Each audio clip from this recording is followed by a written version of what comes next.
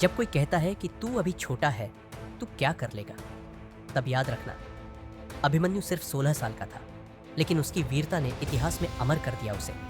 कहानी शुरू होती है जब अभिमन्यु अर्जुन और सुभद्रा का पुत्र अपनी माँ के गर्भ में था।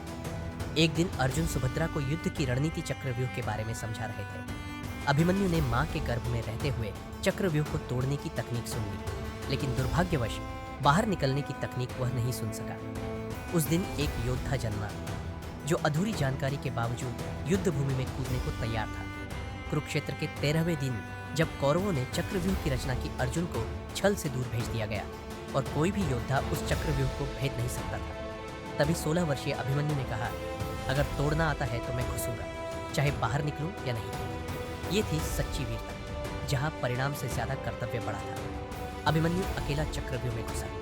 भीष्म, द्रोणाचार्य, कर्ण, अश्वत्थामा, दुर्योधन जैसे महारथी उसके सामने थे, लेकिन वो रुका नहीं। हर एक योद्धा को उसने धूल चटा दी, एक एक करके कई महारथियों को नीचे गिरा दिया। लेकिन अंत में जब उसके धनुष को तोड़ा गया, तलवार छीनी गई और गदा भी तोड़ दी गई, तब भी वो निडर खड़ा था, अपने आखिरी सांस तक लड़ता रहा। अभिमन्यु को पीठ पीछे से मारा गया। 7 महारथियों ने मिलकर उसे घेरा, कायरता से उसका वध किया, लेकिन आज तक कोई ये नहीं भूल सका कि वो 16 साल का बच्चा अकेले इतिहास बदल सकता था अगर उसे साथ मिलता। उसकी शहादत ने अर्जुन को झकझोरा और फिर अर्जुन ने प्रतिज्ञा ली, जिसने मेरे पुत्र का छल से वध किया है, उसका अंत मैं करूंगा।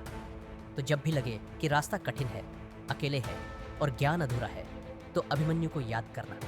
वो सिखाता है, अगर नीयत साफ हो और इरादा मजबूत, तो अधूरी तैयारी में भी जीत हो सकती है।